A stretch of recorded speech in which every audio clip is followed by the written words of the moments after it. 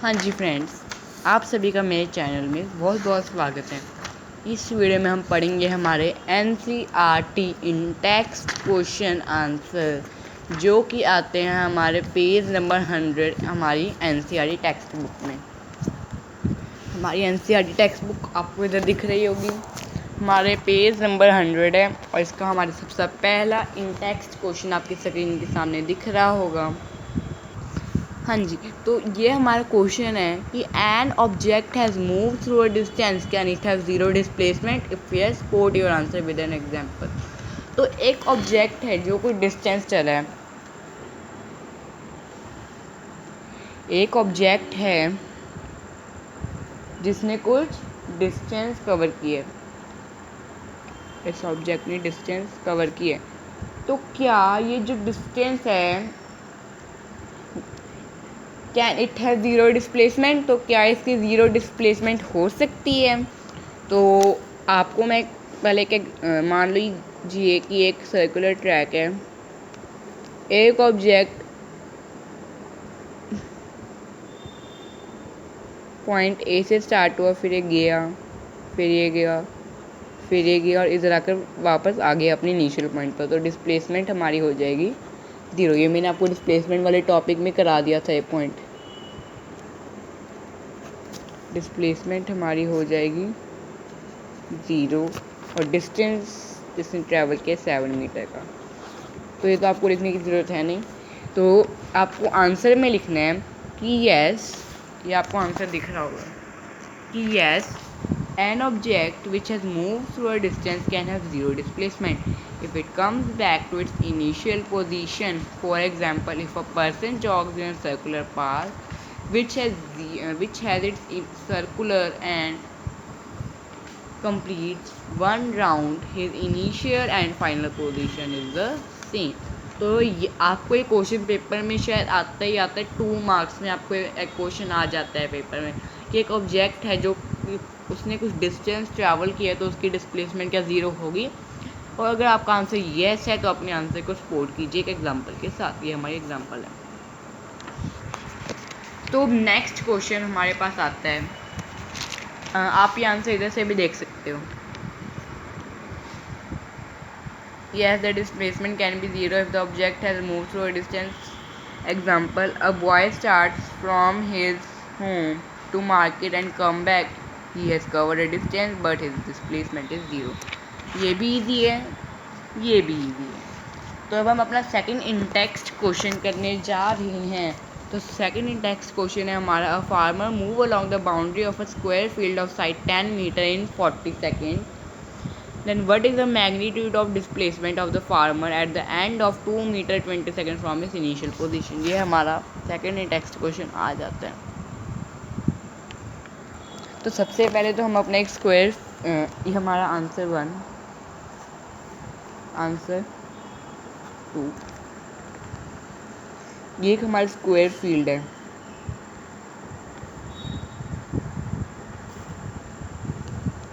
जिसकी साइड है हमारे पास, एक minute, farmer take 40 second to move along the boundary of a square field of side 10 metre. After 40 second farmer is again at his initial position, so his displacement is 0. Time is 2 minute 20 seconds, so we take it as in SI unit displace। तो एक एक point हम करते हैं। तो ये जो हमारी ये 10 सेंटीमीटर है, ये भी 10 सेंटीमीटर है, ये भी 10 सेंटीमीटर, ये 10 सेंटीमीटर, ये हमारा A B C D। तो पहले हमने ये लिख लिया। तो हमने सबसे पहला पॉइंट लिखना है side of the square field. हमारी साइड क्या है स्क्वायर फील्ड की? साइड तो स्क्वायर फील्ड क्या है हमारी? 10 metre. Side of the square field is 10 metre. तो राउंड कंप्लीटेड इन 40 सेकेंड्स। तो हमारे 40 seconds, farmer take 40 second to move along the boundary of the square field of 10 metre after 40 second. ये पूरी boundary जो उसने 40 सेकेंड में cover करी है। Farmer take 40 seconds to move along the boundary of a square field of size 10 meter. After 40 seconds, farmer is again at his initial position, so the displacement is 0.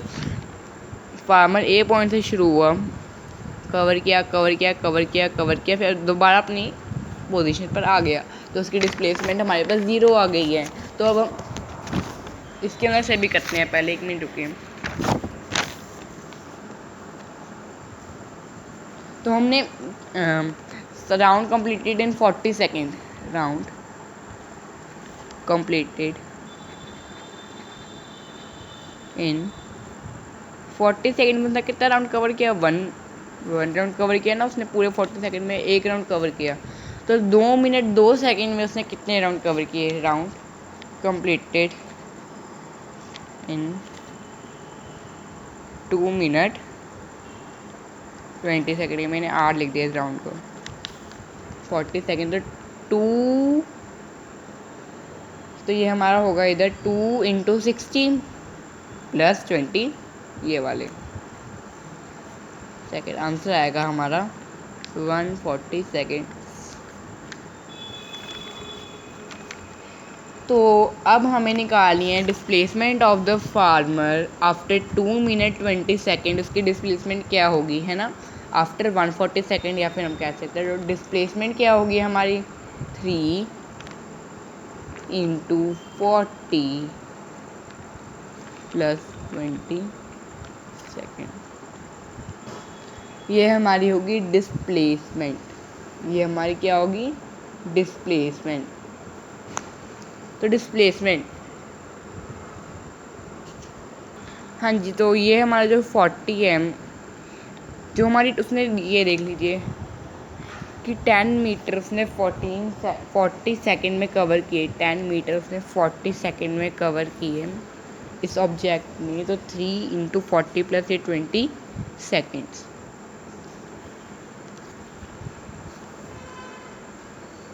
तो ये हमारे पास कुछ answer आ जाएगा। 3 × 4 = 120 + 20, answer तो हमारे पास यही आ गया 140 सेकेंड्स। तो ये आंसर तो हमारा यही आ गया। तो उसका डिस्प्लेसमेंट क्या होगी? सो आफ्टर ईच सेकेंड, आपको ये लाइन लिखनी है, after each second, each 40 second, after each 40 second displacement is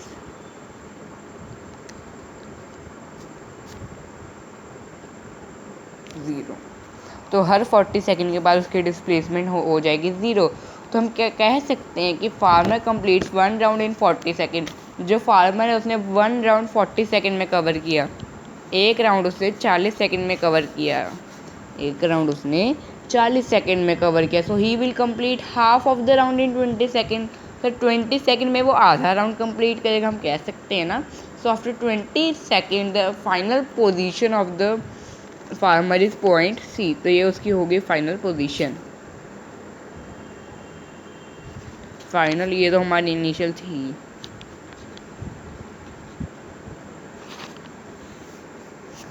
तो एक बार मैं आपको दोबारा से समझाता हूँ। तो हमने इधर निकाल लिया, यही था 1 राउंड अगर वो 40 सेकेंड में कवर कर रहे हैं, अगर वो 1 राउंड 40 सेकेंड में कवर कर रहे हैं, तो वो हाफ राउंड कितने 20 सेकेंड में कवर करेगा। हाफ राउंड वो 20 सेकेंड में कवर करेगा। तो 20 सेकेंड बाद जो फार्मर होगा वो पॉइंट सी पर पहुंच जाएगा। तो अब हमें डिस्प्लेसमेंट निकालनी है उस फार्मर की। डिस्प्लेसमेंट क्या होती है हमारी? What do you mean by displacement? Displacement is the shortest distance between initial and final position, or we can say that a straight line joining initial and final position. ये हमें find out करनी है। तो AC हमारी कैसे निकलेगी? AC is equal to √AB² + BC²। तो 10² + 10², तो ये हमारा हो जाएगा 10√2। 10² हमारा, आपको मैं एक बार समझाता हूँ ये 10√2 कैसे हुआ। ये हमारा हो गया √100 प्लस √100, जो हमारा निकल गया √200। तो √200 को जब हमने तोड़ा, 200 को हमने प्राइम फैक्टराइजेशन किया तो ये होगा 2 into 2 into 5 into 5 into 5, 2 into 2 into 2 into 5 into 5। तो ये हमारे 2 का पेयर बन गया, 2 टू द 4, 4 टू द 8, और ये हमारे 5 का पेयर बन गया। तो इसका आंसर हमारे पास कितना निकला? इसका आंसर हमारे पास निकला √200। तो हम इसको ऐसे भी लिख सकते थे 10√2, तो ये हमारा आंसर आ गया 10√2। आप चाहे ये स्टेप करने की, ये वाला स्टेप जो है ना, ये स्टेप करने की ज़रूरत नहीं है। आप एग्ज़ाम में आप इसके बाद सीधा ये वाली पॉइंट डाल दीजिए 10√2। तो √2 की वैल्यू होती है, चाहे अगर आप इधर तक आंसर लिख दोगे, इधर तक भी आपका आंसर सही माना जाएगा। तो √2 की वैल्यू होती है हमारे पास 1.414, हमारी √2 की वैल्यू होती है। तो फिर 10 इंटू 1.414, आंसर इज़ 14.14 मीटर हमारी डिस्प्लेसमेंट आ चुकी है। तो ये वाला क्वेश्चन भी हमारा कंप्लीटेड हो चुका है। अब थर्ड क्वेश्चन आता है हमारे पास, which is true for displacement. Which is true for displacement, क्या डिस्प्लेसमेंट ज़ीरो हो नहीं सकती? क्या डिस्प्लेसमेंट कभी ज़ीरो नहीं हो सकती? तो इसका आंसर मैंने आपको इधर ईजीएस्ट वे में आंसर दिया हुआ है, false, because the displacement of an object which travels a certain distance and come back to its initial position is 0। ये मैंने आपको पॉइंट समझा दी है कि अगर एक ऑब्जेक्ट जिसने कुछ, because the displacement of the object which travel, जिसने एक कुछ डिस्टेंस ट्रैवल किया और वो अपनी इनिशियल पोजीशन पर वापस आ गया, तो उसकी डिस्प्लेसमेंट 0 होगी। तो ये हमारा फॉल्स हो गया first. Its magnitude is greater than the distance travel by the object. क्या उसका मैग्नीट्यूड डिस्टेंस के इक्वल होगा? ये भी हमारा आंसर रॉन्ग है, क्योंकि the displacement of an object can be equal to, displacement distance के इक्वल हो सकता है, परंतु उससे कभी ज़्यादा नहीं हो सकता। डिस्प्लेसमेंट कभी भी डिस्टेंस से ज़्यादा नहीं हो सकता, लेकिन उसके इक्वल हो सकता है। तो हमारे पेज नंबर 100 के तीनों इन टेक्स्ट क्वेश्चन आंसर की डिस्कशन हो चुकी है। अब हम next in text question answers की डिस्कशन करेंगे, जो कि है हमारे पेज नंबर 102। हमारा पेज नंबर 102 पर फर्स्ट क्वेश्चन आता है हमारे पास, differentiate between speed and velocity. Differentiate between speed and velocity, ये भी मैंने आपको वैसे स्पीड वेलोसिटी के जब हमारे टॉपिक चल रहा था, मैंने आपको इस टॉपिक करा दिया था। तो आंसर 4 स्पीड, मैं इधर क्यों कर रहा हूँ, मैं आपको एक बार, हाँ जी। तो हम speed is defined as a distance covered per unit time. Speed को हम कैसे डिफाइन करेंगे? Distance per unit time. Speed with direction is known as velocity. Speed with direction को हम क्या कहते हैं? वेलोसिटी कहते हैं। ये स्केलर क्वांटिटी है, ये वेक्टर क्वांटिटी है। स्पीड हमेशा पॉजिटिव होती है, लेकिन वेलोसिटी पॉजिटिव, नेगेटिव और ज़ीरो होती है। स्पीड अपने मैग्नीट्यूड के कारण रिप्रेजेंट किया जाता है, लेकिन वेलोसिटी मैग्नीट्यूड और डायरेक्शन के कारण रिप्रेजेंट किया जाता है। स्पीड क्या फॉर्मूला होता है? Distance upon time. वेलोसिटी का फॉर्मूला होता है डिस्प्लेसमेंट अपॉन टाइम। तो आप 3 पॉइंट लिखिए, आपका स्पीड और वेलोसिटी में डिफरेंस हो जाएगा। वैसे ये भी आपको एग्जाम में बहुत आता है कि स्पीड एंड वेलोसिटी में डिफरेंस बताइए, ये आपके मार्क्स पर डिपेंड करते हैं। वैसे 2 मार्क्स तक आ जाता है ये क्वेश्चन। ये सेकंड क्वेश्चन के, ये ज़्यादातर पेपर में नहीं आता। अब हम नेक्स्ट क्वेश्चन है हमारा, under what condition the magnitude of average velocity is equal to average speed. Average velocity average speed के इक्वल कब होगी? एवरेज वेलोसिटी एवरेज स्पीड के इक्वल कब होगी? तो इसका आंसर मैं आपको देना चाहता हूँ।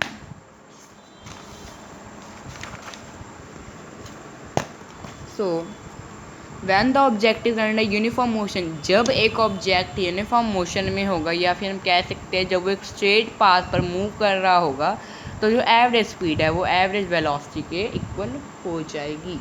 इधर से पढ़ते हैं हम, when the object travel in a direction along a straight line path then the average velocity will be equal to average speed। ये भी हमारा सेम है, ये भी हमारा सेम है, बस इसने यूनिफॉर्म मोशन की लाइन कट कर दी है। नेक्स्ट क्वेश्चन आता है हमारा, what does the odometer of an automobile measure? What does the odometer of the automobile measure? It measures distance traveled by an automobile। ये क्या दिखाता है? डिस्टेंस दिखाता है। ये मैंने इधर ओडोमीटर स्पीडोमीटर की डेफिनेशन लिखी है। Odometer measure distance travel and speedometer measure the instantaneous speed.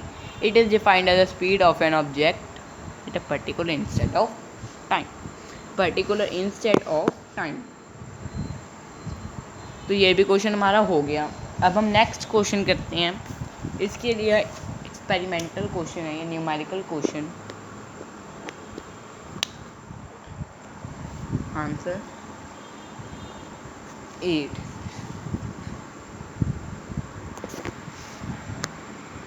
ये तो हमारा रह गया। What does the path of an object look like when it is in a uniform motion? When it is in a uniform motion, an object having uniform motion has a straight line path। जब एक object uniform motion में travel कर रहा होगा तो वो एक straight line path में ट्रैवल कर रहा होगा। तो हमारा क्वेश्चन अब 8th क्वेश्चन आता है कि एक एक्सपेरिमेंट के दौरान स्पेसशिप से सिग्नल रीच होता है to the ground in 5 minutes। What does the distance of the spaceship from the ground station? The signal travels at speed of light, i.e. 3 × 10⁸ metre पर सेकेंड। ये मैंने आपको टॉपिक कराया था, मुझे अभी तक याद है, मैंने आपको ये क्वेश्चन कराया भी था कि ये हमारा स्पेसशिप है, ये हमारा स्पेसशिप है और ये हमारा ग्राउंड है। इसने सिग्नल भेजे ग्राउंड पर कितने मिनट में? 3 इंटू नहीं कितने टाइम में भेजे? 5 सेकेंड में। कितने टाइम में भेजे? 5 सेकेंड में उसने। और कितनी स्पीड ऑफ द सिग्नल क्या थी हमारी? स्पीड ऑफ द लाइट या स्पीड ऑफ द सिग्नल 3 × 10⁸। ये हमारी हमेशा स्पीड, हमारी जो हमारी लाइट की स्पीड होती है वो इतनी डिस्टेंस से ट्रैवल करती है। तो फिर 5 मिनट में वो ट्रैवल करती है, तो 5 × 60 करेंगे पर ऐसा यूनिट में, आंसर आ जाएगा हमारा 300 सेकेंड। तो स्पीड ऑफ द लाइट क्या है हमारी? 3 × 10⁸। आपको सारा लिखना है इधर। टाइम हमारा 5 सेकेंड है। 5 × 60 = 300 सेकेंड। फिर आपको लिखना है स्पीड ऑफ लाइट या स्पीड ऑफ लाइट कह सकते हो, या फिर आप स्पीड ऑफ सिग्नल कह सकते हो। स्पीड ऑफ लाइट है हमारी 3 × 10⁸। तो फिर स्पीड हम कैसे डिनोट करते हैं? स्पीड का हमारे पास क्या फॉर्मूला होता है? स्पीड का हमारे पास फॉर्मूला होते हैं डिस्टेंस अपॉन में टाइम। डिस्टेंस अपॉन टाइम होता है हमारा स्पीड का फॉर्मूला। और स्पीड कितनी दी है हमारे पास? 3 × 10⁸ इज इक्वल टू डिस्टेंस हमें निकालना है अपॉन में 300। अब अगर हमें डिस्टेंस निकालना है, मैंने आपको समझाया था, अगर speed is equal to d/t, T इधर आ जाएगा। अगर टी निकालें d/s, डी निकालना है, डी निकालने के लिए हमें इन दोनों को मल्टीप्लाई करना होगा। तो मैंने आपको सारा समझा दिया था। तो डिस्टेंस इज इक्वल टू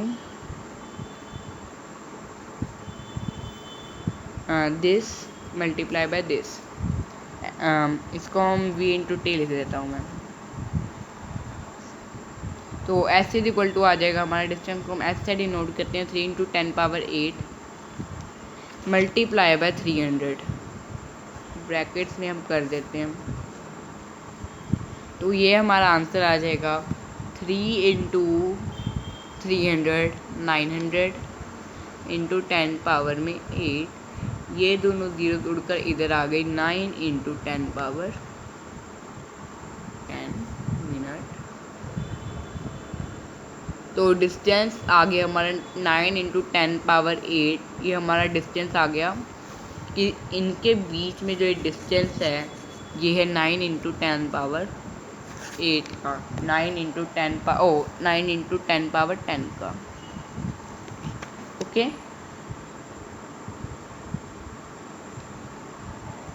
तो हमारे ये वाले इन टेक्स्ट क्वेश्चन पेज नंबर 102 के इन टेक्स्ट क्वेश्चन भी हमारी डिस्कस हो चुकी है।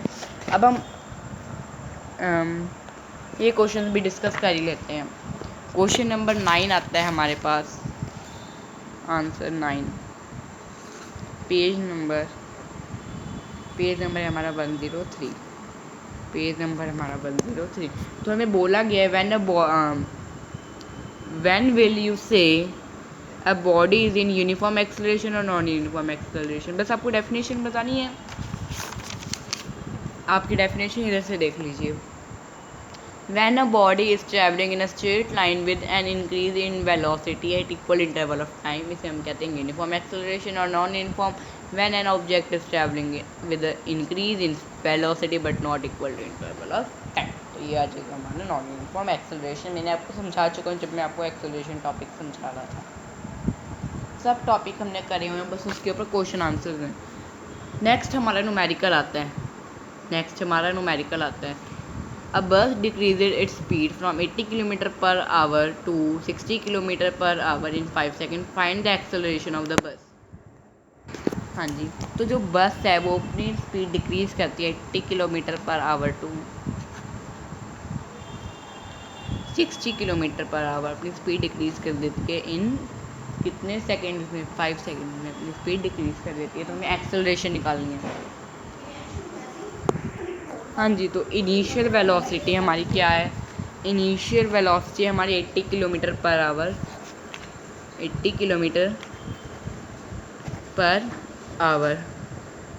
हम क्या करेंगे, 80 इंटू 5/18, 80 इंटू 5/18 हमारा आंसर आ जाएगा 22.22 मीटर पर सेकेंड। ये हमारी आ गई इनिशियल वेलोसिटी, हमारी आ गई 22.22 मीटर पर सेकेंड।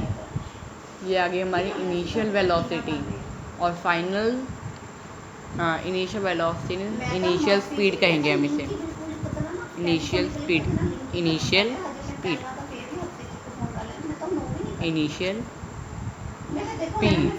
तो फाइनल स्पीड क्या होगी हमारी?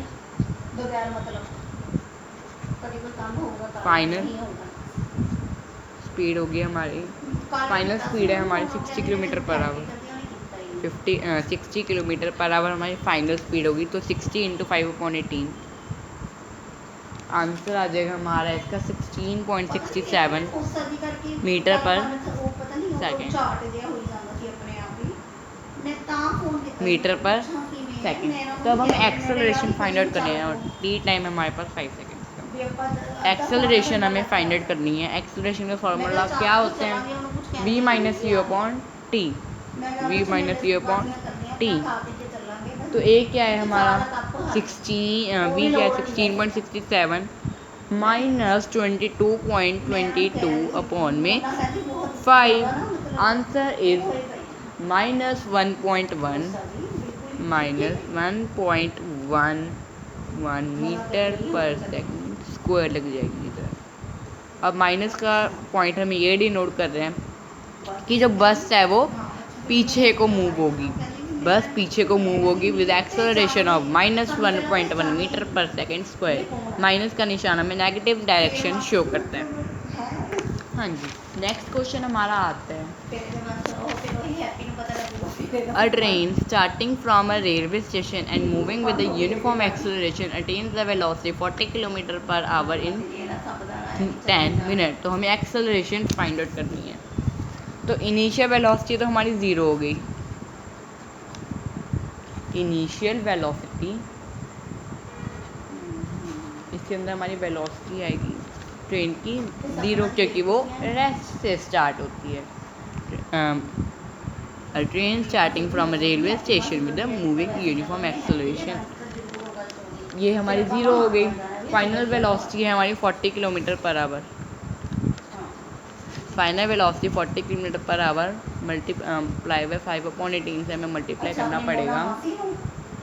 40 × 5/18 इज 11.11 मीटर पर सेकेंड। 11.11 मीटर पर सेकेंड। उसके बाद टाइम है हमारे पास, टाइम t इक्वल टू हमारे पास है 10 मिनट।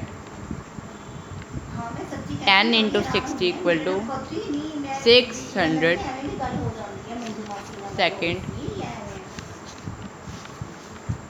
हाँ जी, तो ये हमारी निकल गई है। अब हमें एक्सेलरेशन फाइंड आउट करना है। या तो आप v = u+at से भी कर सकते हो, या तो एक्सेलरेशन का सीधा फॉर्मूला लगाओ v - u/t। v है हमारा 11.11 पॉइंट में 11 माइनस में 0 अपॉन में 600। ये हमारा आ जाएगा आंसर 0. जब आप इसको माइनस डिवाइड करोगे 0.0185 मीटर पर सेकेंड स्क्वायर। तो ये हमारा कुछ ऐसा आंसर आ जाएगा। तो ट्रेन जो होगी 1.85 × 10⁻⁸ - 2 मीटर पर सेकेंड स्क्वायर से एक्सेलरेट करेगी। तो सीधा आप इतना आंसर ठीक है आपका। आप इतना आंसर पेपर में लिख कर आओगे, आपको फुल मार्क्स मिलेंगे। हाँ जी, ओके। आप इसको v = u+at से भी कर सकते हैं। मैं आपको इस इक्वेशन से करके दिखाता हूँ। v है हमारे पास 11.11 इज इक्वल टू a हमें निकालना है। ये तो हमारी 0 ही हो जाएगी। 0 × u+at × 600। ये हमारे पास हो जाएगा 11.11 इज इक्वल टू 600 a। तो ये हो जाएगा 11.11/600 इज इक्वल टू ए। हमारे तो ये है 11.11/600 डिवाइड करोगे 0.0185 मीटर पर सेकेंड स्क्वायर, मीटर पर सेकेंड स्क्वायर। आपका आंसर यही आया है। चाहे आप इसको ऐसे ना लिखें, इसको ऐसे लिख दीजिए, आपका आंसर बिल्कुल सही है। तो हमारे 3 पेजेस के इन टेक्स्ट क्वेश्चन आंसर 11 इन टेक्स्ट क्वेश्चन आंसर हमने कर लिए हैं। ऐसे ना थोड़ी वीडियो लंबी हो जाती हैं। तो नेक्स्ट इन टेक्स्ट क्वेश्चन हम अपनी नेक्स्ट वीडियो में डिस्कस करेंगे। मैं इसका लिंक अपने डिस्क्रिप्शन बॉक्स में डाल दूँगा। नेक्स्ट वीडियो का लिंक अपनी डिस्क्रिप्शन बॉक्स में डाल दूँगा। Very very thank you.